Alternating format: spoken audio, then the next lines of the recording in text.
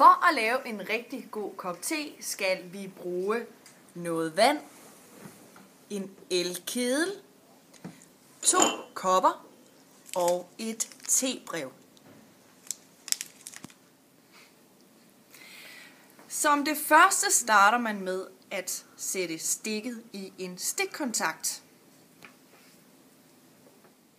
Efter at stikket er blevet sat i stikkontakten, løfter vi låget og tager noget vand og putter ned i elkedlen. Derefter putter vi låget på igen og tænder for knappen. Nu koger vandet snart, og det kan vi se ved, at det forhåbentlig snart siger klik her ved knappen.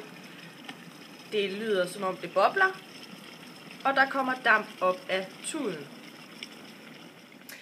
Når vandet det har kogt, så tager vi vores kopper og vores tebrev og åbner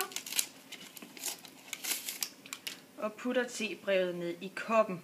Der kan med fordel lige putte ind i, så den ikke falder helt ned i koppen.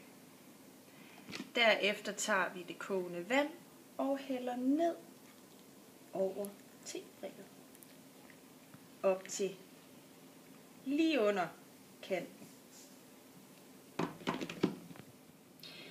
Nu har teen trukket, og det kan man se ved, at vandet er blevet meget mørkt. Bagefter putter man det brugte tebrev over i den anden kop. Lad teen stå lidt, for den er meget varm, og ellers nyd en god kop te.